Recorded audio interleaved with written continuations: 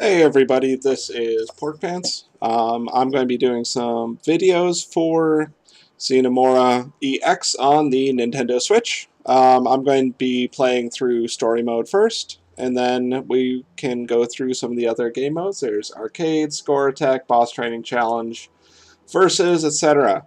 So we're going to start with story mode, and we're just going to start from the beginning. I already had a little save file. I was just checking the game out a little bit. We're just going to play it on normal for now. When you're born with the ability to travel through time, the first thing you must learn is that you cannot be in more than one place at the same point in time. Special though you may be, you are not immortal. You must give due consideration not only to when and where you do things, but also what you do while there. The second thing to bear in mind is that your gift, like rage, is meaningless without power. Yet all power on Sil lies in the hands of the Lyell Empire. The Inkies have disregarded both principles. They labeled their rebellion an eternal war, though the resistance certainly failed to live up to that title. It all ended with the fall of Mirage Mountain. Alright, so this is going to be sort of a prologue tutorial.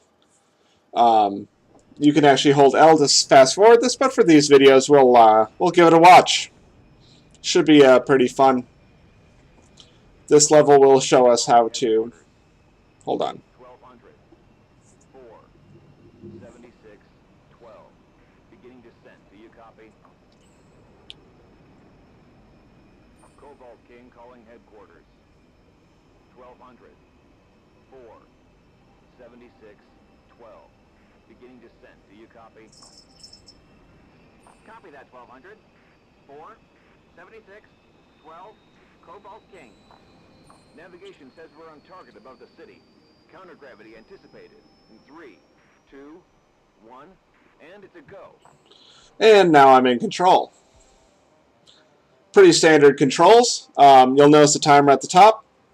It counts down all the time and will go up when we kill enemies. So if the timer hits 0, we die.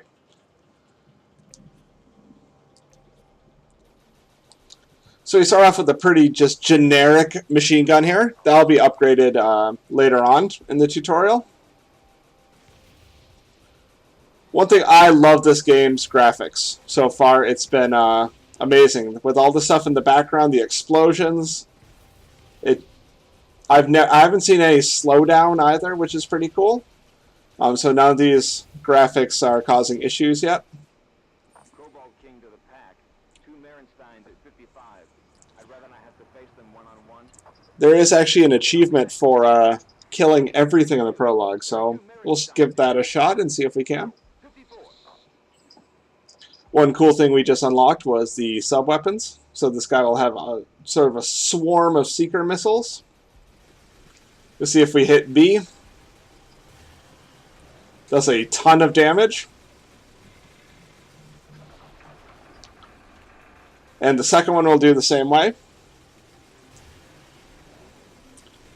Also, this is a game I hadn't really looked into, but I do really love a good shooter game, especially this type where you get power-ups. There's a ton of different ships. You can customize your ship's color.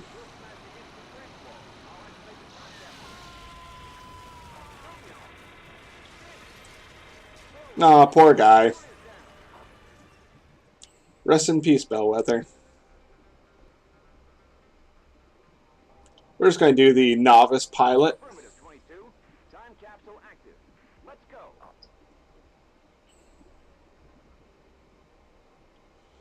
There we go. We got a new cool ability here with the time capsule. We hold down ZR and we can slow down time. So you have the little bar up top there. So we can't kill these enemies, but it's just dodging. So we slow down time.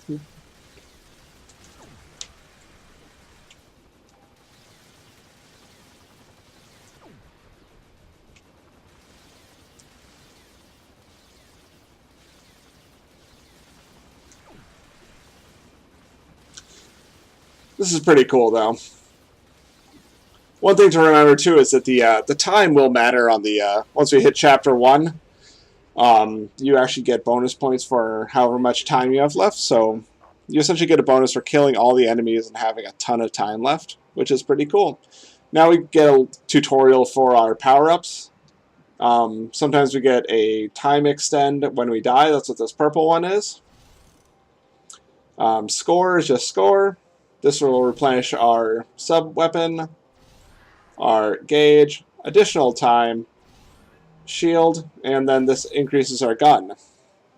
Yeah, we get 9 gun upgrades, and they last forever. And if you get hit, the tokens will fly around a little bit, and you have a few seconds to pick them up before they fly off screen. That will actually do it for the prologue, so we'll just watch this cutscene, and then we'll get into the actual game. Close up and report. Cobalt King, airspace in your zone is spick and span. Much obliged, Bellwether. Cobalt King to headquarters. 600, 4, 112, 12. In position. Half near to launch. Talk about 600, 4, 112, 12. Cobalt King. Your zone has successfully dropped the nuke.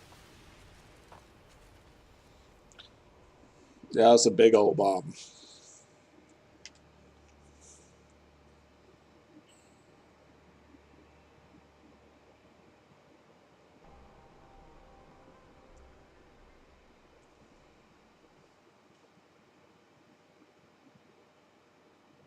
The fourth Unity. 3 bombs killed 664,000 Inkies that day, to the elated cries of nearly 2 billion citizens of the Empire. But this is also where I lost my son. He was the pilot of the Cobalt King, the bomber that carried the 4th bomb, the one that never dropped. He did the unthinkable, unprecedented in the history of military aviation. He ignored his orders. According to the news, the co-pilot buried a bullet in my son's brain that very instant. An Imperial father would have been shattered to hear of this treason and struck dumb with shame. Me, I'm just a collaborationist father, a secondary citizen who resembles an Imperial father only in grief. I have not torn my clothes from my body in mourning. I have not apologized for the actions of my progeny. I have sworn revenge.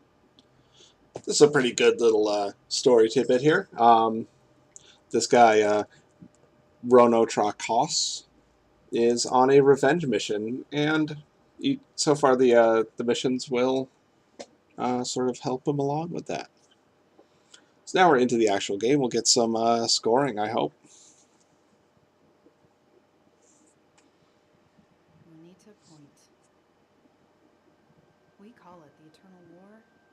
To be realistic, the bombing of Mirage Mountain all but wiped our nation off the map. Since the war broke out, more than 2 million Enkies have vanished without a trace. Imperial stormtroopers and collaborationists, headhunters, dragged them away, women, men, and children alike. The way we figure it, data in the Moneta research base might point us to their location and how we may be able to help them.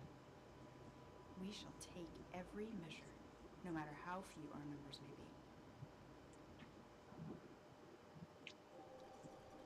All right, we get our second plane here. Pretty cool little yellow plane. It's Triad. We're at the rift. Beginning descent. Good luck, Akita. Activity in the confinement area is about what we expected. I'll make a So little Lint noise to U2 draw attention. is our pilot, and this is more gameplay. We'll get power-ups, we'll get the scores. Yeah, those cool score ones actually will increase every time we pick them up. Next one's 2,000, you see. We now have a double gun, which is cool.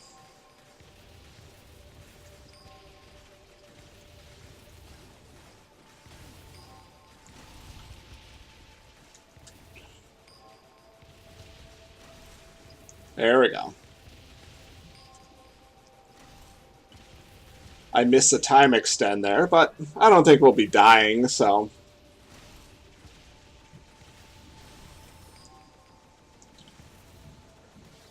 Honestly, this game is just gorgeous for a Switch game, though. I'm playing in docked mode right now to record, but I played a little bit in handheld when I first got it, and it seemed to be, honestly, about the same. Hold on.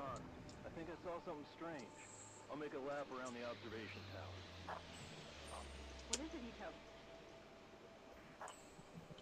You'll notice that this game does have some adult language. It is rated M, so... How to sneak up on him? This is the first boss.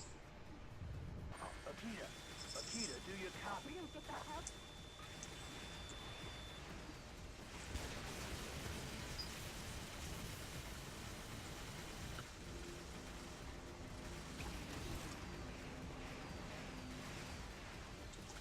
I think I'll... As you can see, boss fights, we have these, like, glowing areas.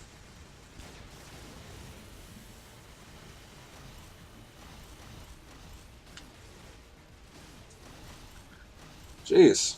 Oh, that's no good. Come back to me, power-ups. Come on. Oh, no. A lot of these bosses have a couple phases. So as you can see, we got a score bonus there for the time we had left after killing that boss.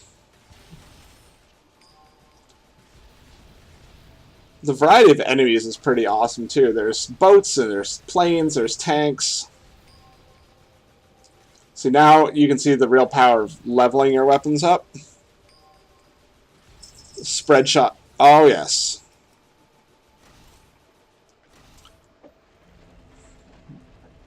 Hitting the ground makes you lose your weapons too. Hey, watch your language, lizard boy.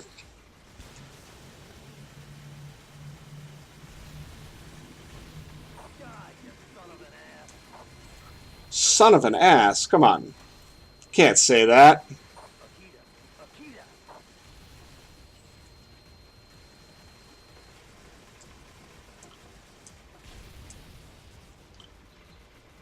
Die.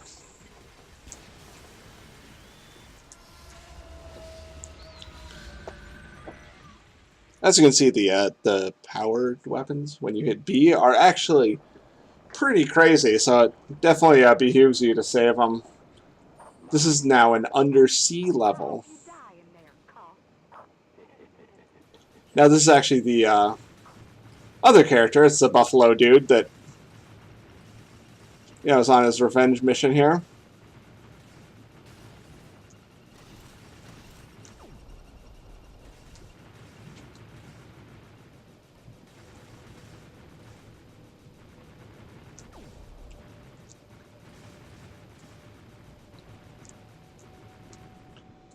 Got a little tricky area there because the mines will chase you and then blow up on their own for a little bit.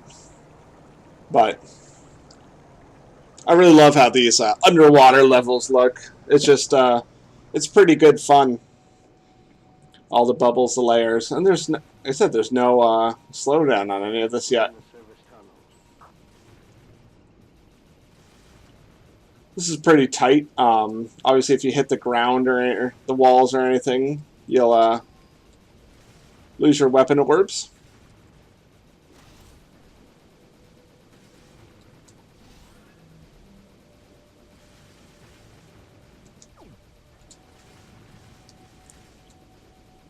These little generator things will open up the doors.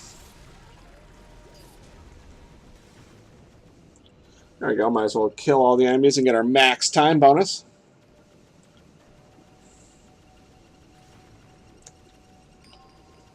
Another score bonus. There. So you can see up at the top there, extend is now lit up because I picked up the time extend. So if I die, I'll actually get a time bonus when I restart. Hopefully that doesn't happen.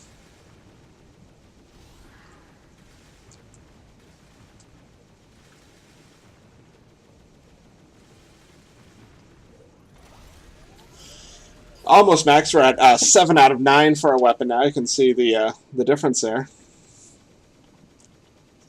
got a pretty good widespread along with. The first time I went through this, I actually didn't know you could destroy these. Got a little too close to the ground there.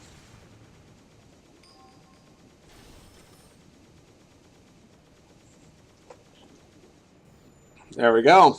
And every time you get that time message, that's a checkpoint. So if we die, we can start up here again. This is has it looking like it's going to be a boss. Where are you, Peary? Ah, I see your watchdogs awake. Yeah, it looks like a boss, huh? So all these bosses are pretty fun. Water submarine Acridodia. I massacred that, I'm sure. Server maintenance.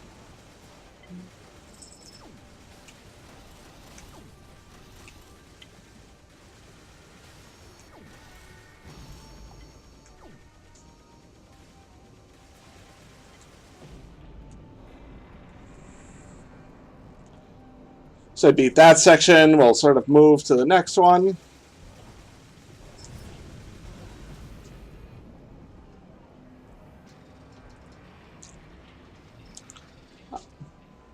Might have to cut this video a little shorter than expected if there's server maintenance. It's all good.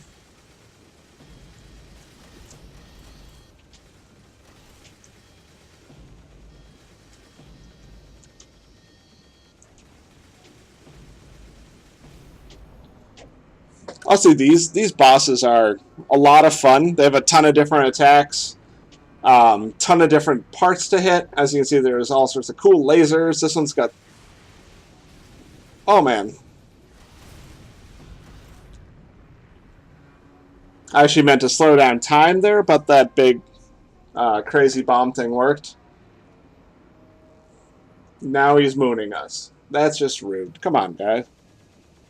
So yeah, blow up the engine. Oh, there's mines. Oh, okay.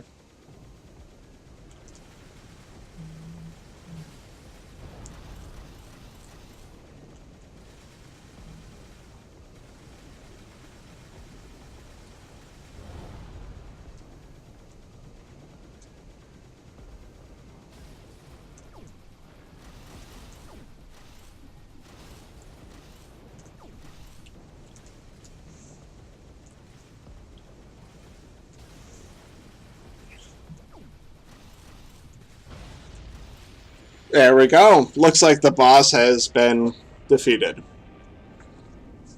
Regus Peary, Ace Barracks Block 2. I hope my intel is correct. We Better be in there. I don't feel like killing any innocent people today. Not that anyone in Bokumono could even be considered innocent, hidden away so deep in the devil's ass.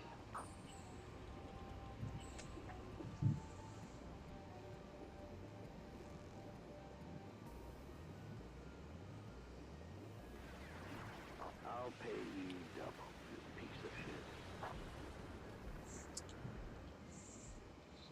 I think those are jail cells. Regus Peary was the gunner of the Cobalt King, 5th in a staff of 7. He wasn't my son's killer, but my revenge caught him up, as it did all other members of that damn crew. It took me circles to find him. The Empire cast him into Bokumono for rape. And for all anyone cared, he could have rotted there forever. The girl he raped was an Inky named Miriam Magusa, but her racial handicap was a well-kept secret. Should it ever come to light, she'd end up in a dirty, forgotten labor camp like the rest. So far, she's dodged suspicion.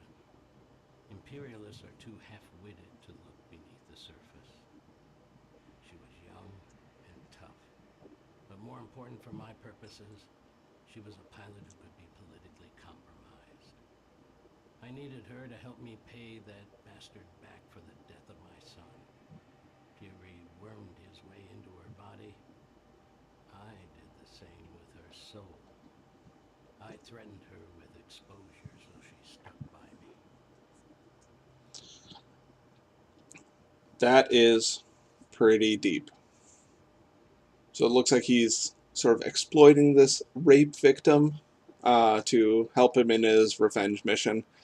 I think I'm going to cut this video right here with the prologue and chapter 1 completed. I'm not sure if that server maintenance thing is going to kick us off. I don't think I'm playing online, but just in case, I don't want to interrupt the middle of a level or something like that.